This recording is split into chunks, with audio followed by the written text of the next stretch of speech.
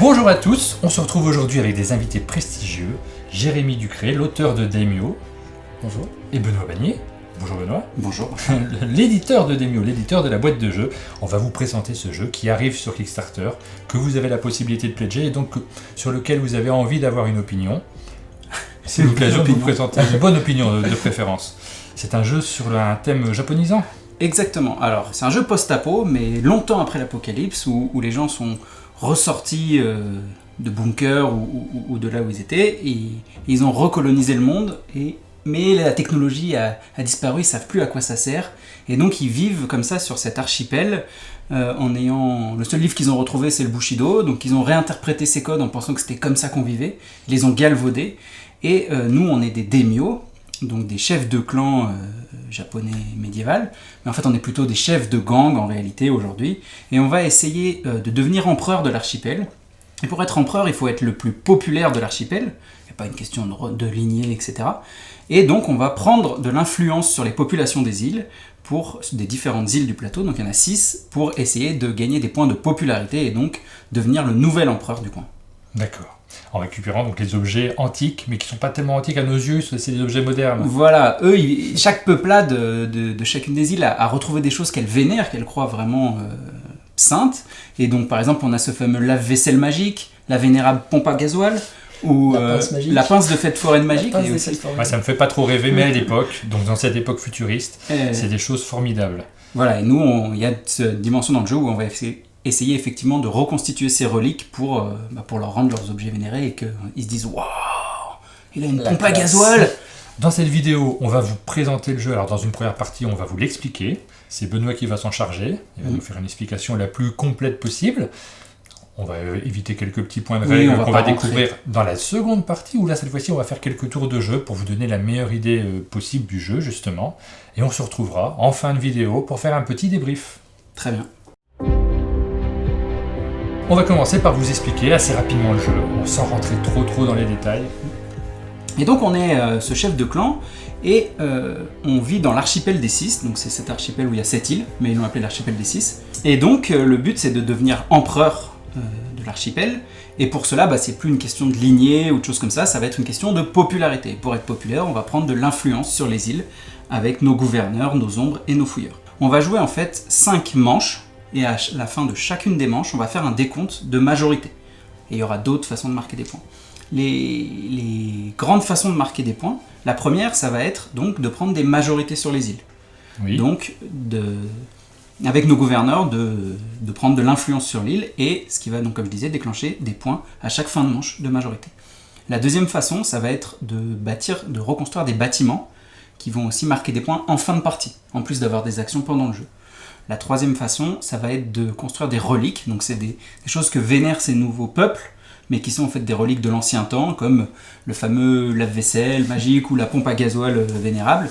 Toutes ces choses-là qui vont nous faire des points, qui vont nous permettre d'avoir de l'influence en cours de partie, mais des points en fin de partie. Oui, parce qu'on est après l'apocalypse, donc exactement. On récupère ces objets-là. Voilà, eux ils savent plus à quoi ça sert, mais ils le vénèrent comme quelque chose de l'ancien temps, de vraiment extraordinaire, sans savoir à quoi ça servait. Et puis la troisième façon, la quatrième, ça va être de réunir des héros, donc qui sont ces cartes-là qu'on va pouvoir acquérir au fil du jeu, et donc d'avoir des points d'armée, donc la plus grosse armée, c'est-à-dire d'avoir la plus grosse valeur de héros à la fin de la partie. Donc, comment on joue et comment se passe une manche ? Ça va être un jeu d'abord de draft 2 dés. Donc on va lancer les dés, il y a un nombre de dés en fonction du nombre de joueurs. Là, oui. On a fait un tirage pour 3 joueurs.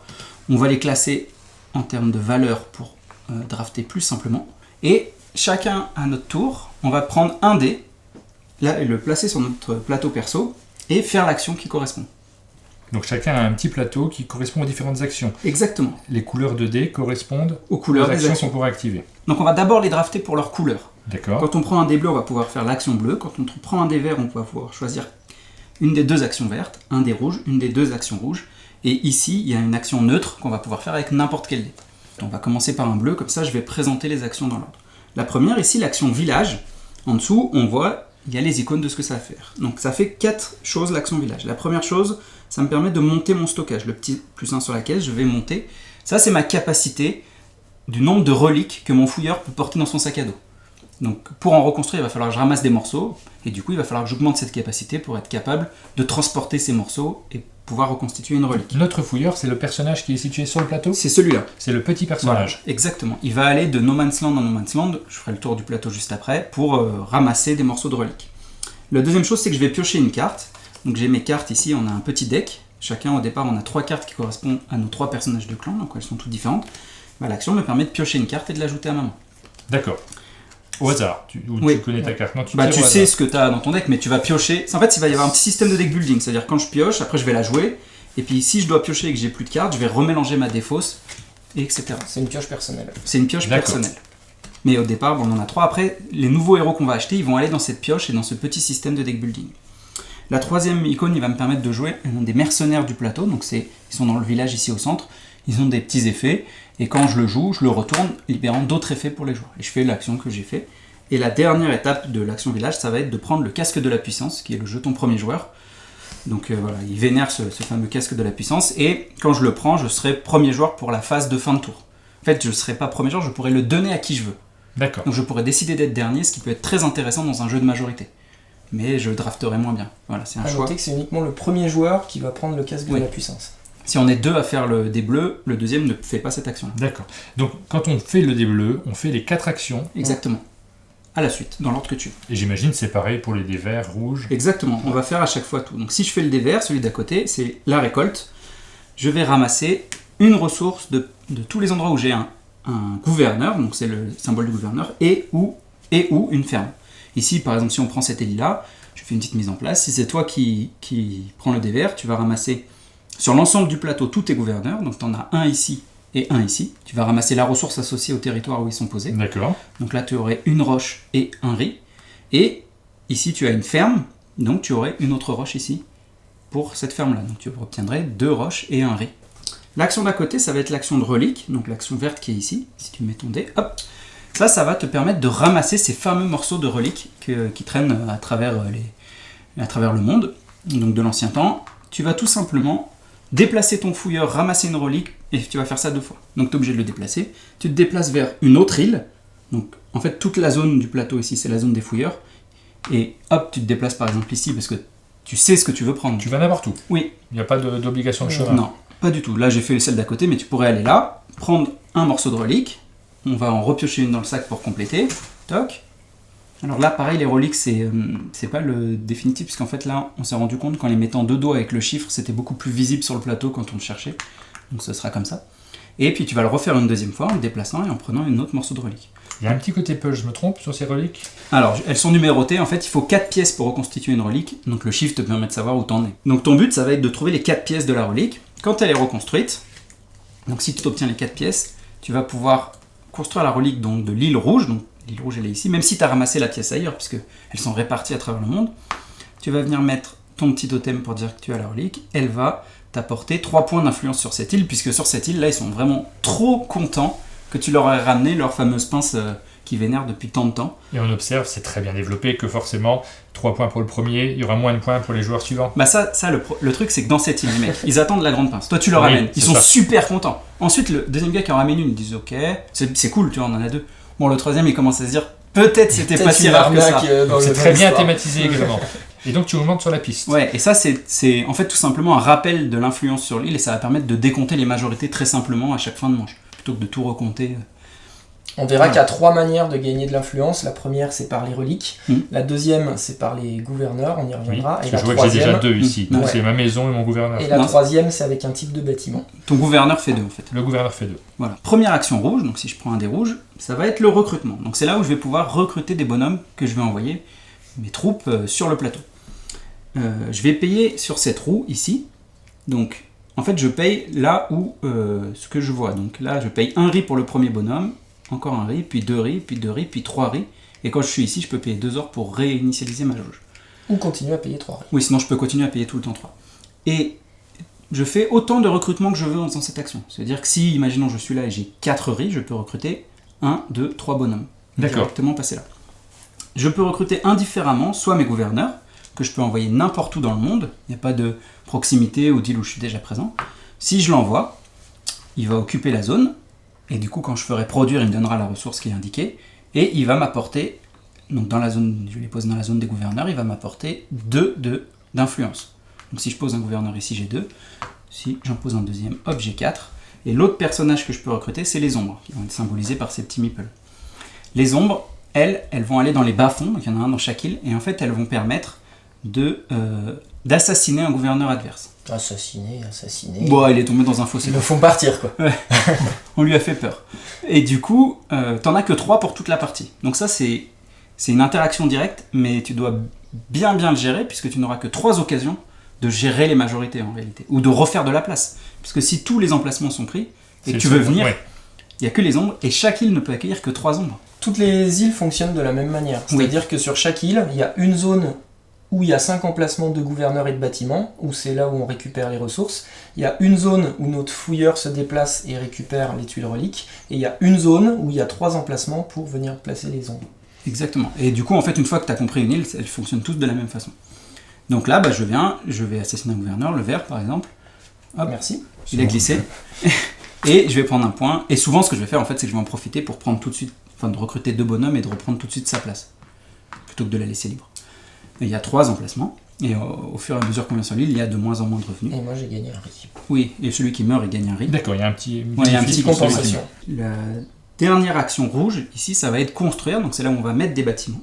Tu as 2 types de bâtiments, ici les fermes, ici les tours radio, enfin les technofermes et les tours radio. Une ferme, tout simplement, quand tu vas la poser, elle occupe le placement de bâtiments, et quand tu vas produire, elle va te donner des ressources. Les tours radio, elles, tu vas les mettre, elles vont occuper l'emplacement, donc ça veut dire que quelqu'un ne pourra pas mettre de ferme ici, et elles vont diffuser ton message de propagande sur l'île, et du coup, elles vont t'apporter 2 points d'influence. En plus de ça, quand tu construis un bâtiment, tu vas gagner la tuile qui est dessous le bâtiment, donc les effets des tuiles sont rappelés sur le côté pour que tu puisses savoir laquelle tu veux, parce que tu n'es pas obligé de commencer par celle du haut, tu peux construire directement celle-là. Et quand tu enlèves la tuile, ça va augmenter le coût de la prochaine ferme que tu veux construire. Ici, elle coûtait 2 et 1, maintenant elle coûte 3 et 1, etc., etc. Ah oui, donc la première est facile à mettre, les suivantes sont plus compliquées. Voilà. Et en fait, ces tuiles-là, on va prendre par exemple ça, ça va crafter ton plateau, enfin, personnaliser ton plateau joueur. D'accord, parce que tu vas venir pour améliorer les actions. Exactement, tu vas avoir soit les tuiles jaunes, j'y reviendrai juste après, mais les tuiles grises, tu vas venir les mettre sur des actions de ton choix, et maintenant, quand tu feras cette action, tu feras ça plus ça. Celle-ci, c'est tout simple, c'est pour ça que j'ai pris celle-là, c'est gagner 2 d'or. Donc, je peux le faire dans un ordre ou dans un autre, mais ça peut me permettre de faire des enchaînements ou des combos. Il peut y avoir des choses qui te permettent de construire, par exemple celle-ci. Et on a tous les mêmes. Là, pour l'instant, on a tous les mêmes. Ouais. Pour l'instant. On a tous les mêmes. D'accord. Et on va finir sur le plateau puisqu'on y est. Il y a 2 autres infos sur ce plateau. Ici, on voit un pouvoir de 13+. Ça va être à ce moment-là qu'on va commencer à regarder les valeurs des dés. Ah oui, c'est vrai que j'avais oublié qu'il y avait des constellations sur les dés, que ça pouvait avoir une influence. À la fin d'une manche, tu auras 3 dés sur ton plateau. On aura tous 3 dés. Si ça fait 13 ou plus, tu vas déclencher ton pouvoir de clan. Donc on a chacun un pouvoir différent. D'accord. À la fin de chaque manche, on va avoir un revenu qui va se déclencher automatiquement. On va compter les points de chacune des îles, les points de majorité. Donc qui est premier, en fonction de la manche où on en est, ça va valoir plus ou moins de points. La première manche, le premier gagne 2 points, le deuxième 1 point, le troisième 0. Et quand on est à la 5e manche, c'est 5, 3, 0. Et donc on va compter les points de majorité. On va prendre un revenu, donc on va avoir des ressources qu'on va gagner automatiquement. Tu vas pouvoir aussi customiser ton revenu en ajoutant des nouvelles tuiles qui vont te permettre d'avoir plus de revenus. On va donner le casque de la puissance. Donc celui qui l'a gagné en cours de tour, il va pouvoir dire soit je reste premier, soit je le donne à quelqu'un. Par exemple, je le donne à Jérémy parce que j'ai... C'est très sympathique. Être deuxième, c'est jamais trop... C'est une position un peu... Souvent, tu vas être premier ou dernier. Et on va pouvoir acheter des nouvelles cartes. À ce moment-là. Donc c'est là aussi où, peut-être si je lui ai donné, il va acheter avant moi. Les cartes, elles sont ici, elles ont une valeur en or. Donc je vais pouvoir les acheter. Quand je les achète, je vais les mettre dans ma main et je les aurai tout de suite pour les jouer. Voilà. D'accord. On peut en acheter autant qu'on veut. Donc elles ont leur valeur, elles ont leur effet, donc elles vont avoir un effet en jeu. Et on va les jouer, encore une fois, avec la valeur des dés qu'on a sur notre plateau. Pour pouvoir jouer cette carte, il faut qu'avec les dés sur mon plateau, j'arrive à faire exactement cette valeur. Exactement 10.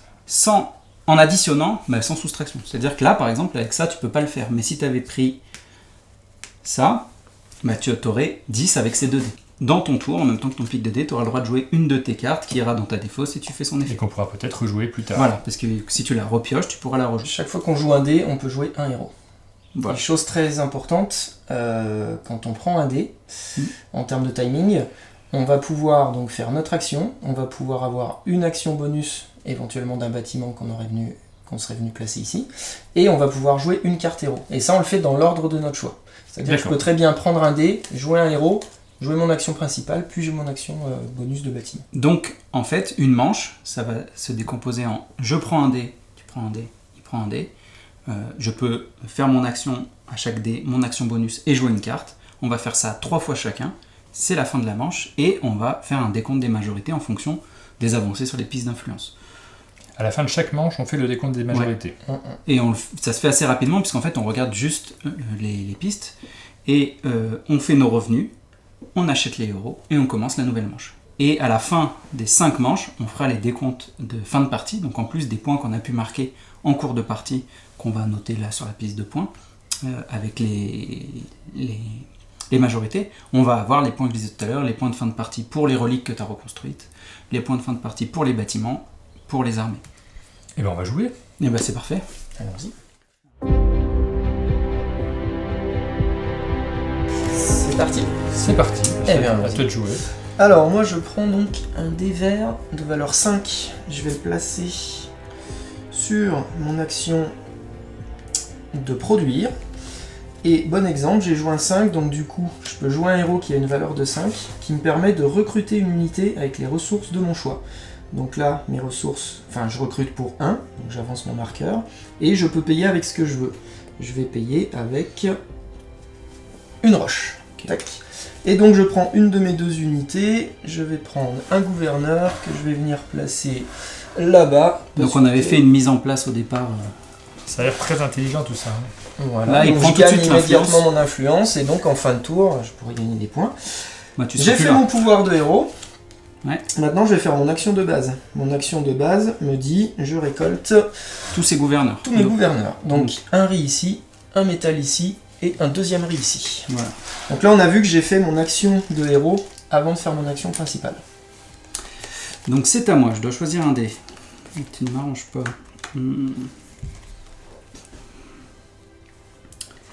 Je vais prendre le 5 bleu. Je vais venir le mettre ici. Donc, je vais commencer par augmenter 1 de stockage. Je vais piocher une carte. Je vais prendre le casque de la puissance. Et je vais pouvoir faire une de ces actions mercenaires. Je vais faire celle-ci, qui me permet de prendre une tuile sur l'endroit où j'ai mon fouilleur, dans l'icono. Hop, je retourne. Mon fouilleur, il est ici, dans cette zone-là. Donc, je vais pouvoir prendre une des tuiles ici. Je vais prendre ce 1. Qui est noir en fait, mais là qui est blanc sur le proto, et j'en remets tout de suite un autre. Ensuite, j'ai pris un 5, je vais aussi jouer une carte, et du coup, je vais payer, je peux acheter une carte héros, avec l'or que j'ai pris, je vais payer 3 pour acheter, Ou l'erreur. Je voulais celle-là, et je vais me voir qu'elle vaut 5, je vais prendre celle-là. Hop.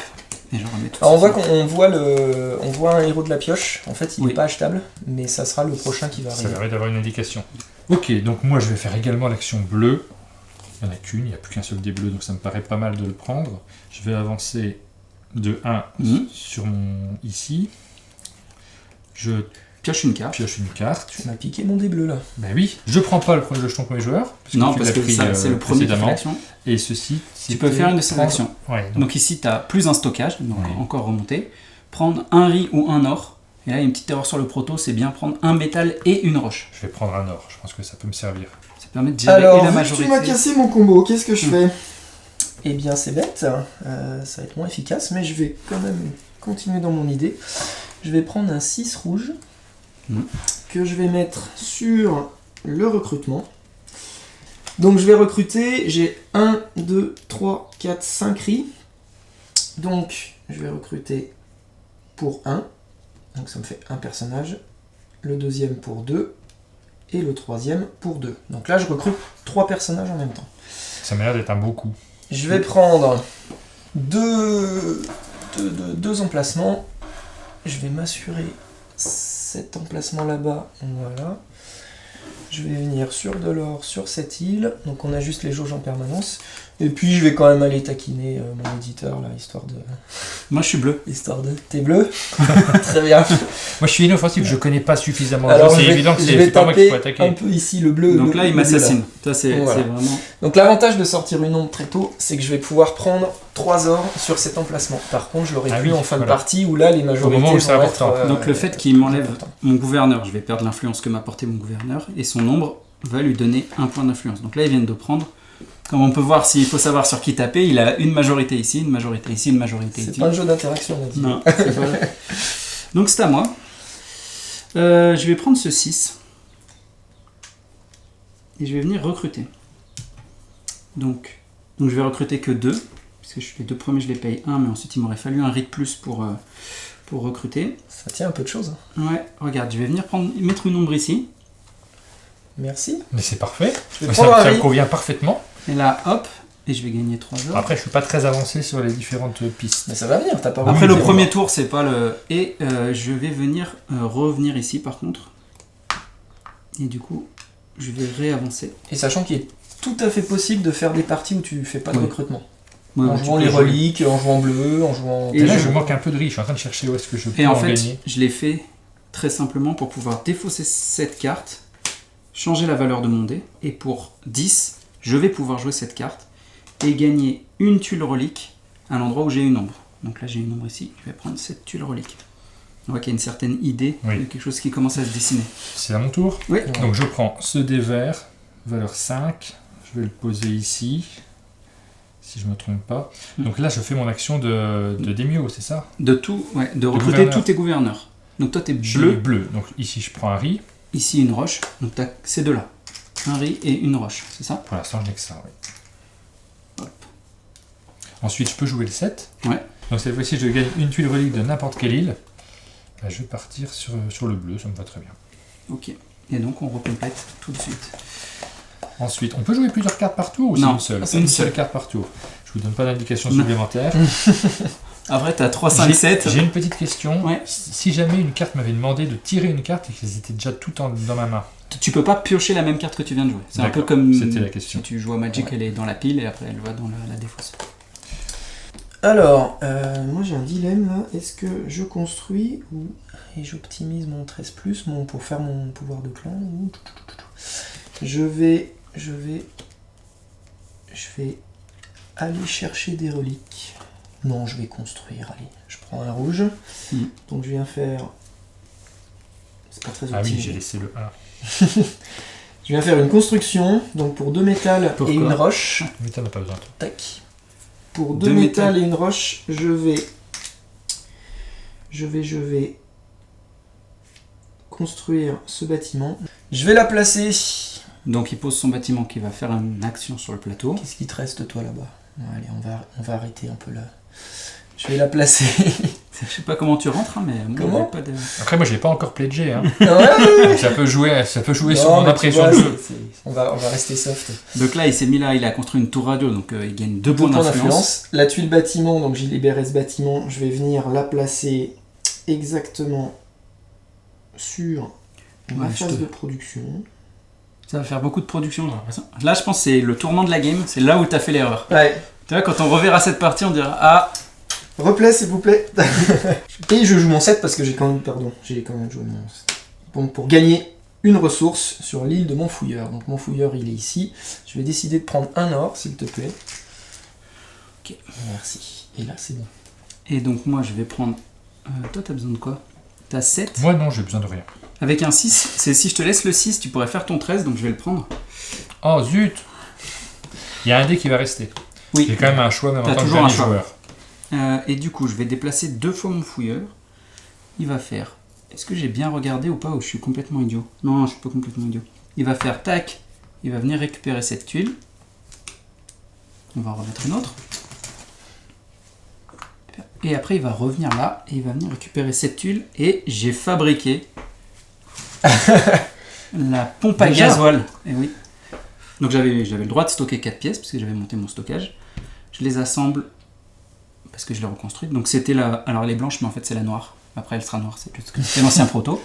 Je viens la mettre ici. Et ici, je prends 1, 2, 3 points d'influence. Pas assez. mon frère. Non. Et par contre, maintenant, cette relique, elle va occuper un emplacement. Donc j'ai un truc pris en permanence. J'ai fait mon 13+, ici. Et du coup, mon pouvoir de 13+, c'est de pouvoir jouer une carte, même sans avoir la bonne valeur. Donc je vais jouer mon 7. J'ai joué 4 cartes dans le premier tour, je n'étais jamais arrivé. Ça m'a l'air d'être 2 joueurs assez efficaces. Ouais, je vais prendre... Moi, je suis encore au stade où j'essaie de comprendre quelles sont les actions à faire dans quel ordre. Ce qui est normal, hein, quand on commence sur ce type de jeu. Je suis en train de me chercher des excuses. Et puis après, on va perdre. Ouais, voilà, ouais. Donc, un ici, par exemple, ça me permettrait de recruter. Ouais. Et ici, ça permet de... Construire des bâtiments. Allez, je vais jouer un petit peu différent de ce que vous avez déjà fait. Je suis pas sûr que ça soit le bon choix, mais je pars là-dessus. Je construis un bâtiment, je vais faire une ferme. Et je pourrais pas en faire davantage, puisque j'aurais pas les ressources. Mais t'es pas obligé de prendre la première, hein. Tu peux vraiment choisir le pouvoir qui t'intéresse. C'est intéressant ça. Donc. Allez, je vais prendre du riz, ça me paraît pas mal. Ça c'est pas mal. Et cette tuile là, tu la mets où tu veux sur ton plateau. Ça se fait bien. Ça c'est pas mal. Ensuite, j'ai 3, donc je peux jouer cette carte, qui consiste à piocher une carte héros. Donc tu vas forcément piocher Donc, celle-là. je vais forcément piocher celle-là, je l'aurais rebattue pour refaire un deck. Je la tire. Oh. Et je peux la jouer. Bah tu viens d'en jouer une, donc non. Ah bah non, je peux pas la jouer, c'est dommage. Par Mais contre, effectivement, j'aurais pu dans le même tour. Effectivement. Si ça avait fait un, deux, ton héros te fait gagner une rush. Moi je l'ai donné. Ah, tu l'as donné. Ouais. Donc on là, est en phase de fin de tour. on vient de finir la manche. On va faire donc en fait les phases de fin de manche qui sont indiquées sur le plateau. Premièrement, on va compter on va regarder les majorités. Donc c'est pas là que je suis le meilleur a priori. Voilà, c'est le début. Mais j'étais dernier hein, dans l'ordre du tour. Normalement, ça permet de mieux gérer les majorités. Chut, on a rien dit. On a rien dit. Et tu me dis, Jérém. Alors 2 pour vert et 1 pour violet. Ouais. 2 pour bleu. Ouais. Donc il n'y a pas d'égalité vu qu'on a 0 points. Oui, si on n'est pas présent, on participe pas. 2 pour vert, 1 pour violet. Alors 2 pour vert, 1 pour violet. 2 pour violet, 1 pour vert. Ouais. 2 pour vert. Et alors là on partage un point pour 2, ce qui Ça fait fait à 0. peu près pas beaucoup. Et voilà. Voilà. Ça va, c'est équilibré. Bon, là, ça va, c'est le premier tour. Ensuite, on va faire les revenus. Donc là, tu vas gagner un or forcément. Et là, une ressource de mon choix. Voilà, une ressource de ton choix qui n'est pas de l'or. Je vais décider du casque de la puissance que je vais garder. Et là, je vais pouvoir acheter des cartes. Donc, ah oui, c'est ce qu'on n'a pas forcément bien expliqué, c'est que les valeurs d'armée à la fin, pour savoir qui aura les points, il y a des points, 10 points pour le premier, etc. On va additionner dans tes cartes leur valeur en or. Donc, je vais payer 3 ors pour acheter celle-ci. Hop. Toc. Moi, je vais payer, j'ai que 4. Donc, je ne peux pas prendre les cartes 5, qui avaient l'air pas mal. Mais je vais partir sur cette carte-ci. Donc, qui me permet de, tu m'as dit, d'échanger une relique. Donc, il faut que j'ai pris une relique qui ne m'intéresse pas forcément. Et je la remette. En fait, tu la remets au marché noir. Et tu vas en prendre 2 du plateau. Moi, je vais plutôt rebâtir l'Empire et je vais prendre... Tu vas prendre celui-là pour construire des bâtiments avec n'importe quelle ressource. N'est-ce pas? Et à la fin de la manche, on pioche tous une carte. Donc là, moi, j'ai pas de... Voilà. Hop, j'ai toutes mes cartes. Et vous, non. Et je suis bien mieux parti que vous pour le tour suivant. Ah bah ça, pour les cartes... On a bien compris les mécaniques du jeu. C'est vrai qu'au début, je savais pas trop quoi faire. Maintenant, j'ai une idée beaucoup plus précise. Je suis à la limite entre l'envie de recommencer la partie à 0 pour faire un démarrage, mais du feu de Dieu cette fois-ci. Ou alors celle de finir la partie, parce que c'est le genre de mécanique où on a envie de voir ce qui se passe à la fin. Ouais, surtout que ça prend... C'est beaucoup plus tendu au niveau des majorités, des... Voilà, ça... Et puis les stratégies se mettre en place, il y a quand même... Voilà, entre celui qui va jouer plus influence, celui qui va jouer plus relique. Là, Benoît, on voit que par exemple, avec ses reliques, il va vite gagner beaucoup d'influence en terminant ses reliques. Donc sans vraiment se développer sur le plateau, mais... Bon, on a fait un meilleur départ avec Jérém, mais parce qu'on connaît mieux le jeu. Oui.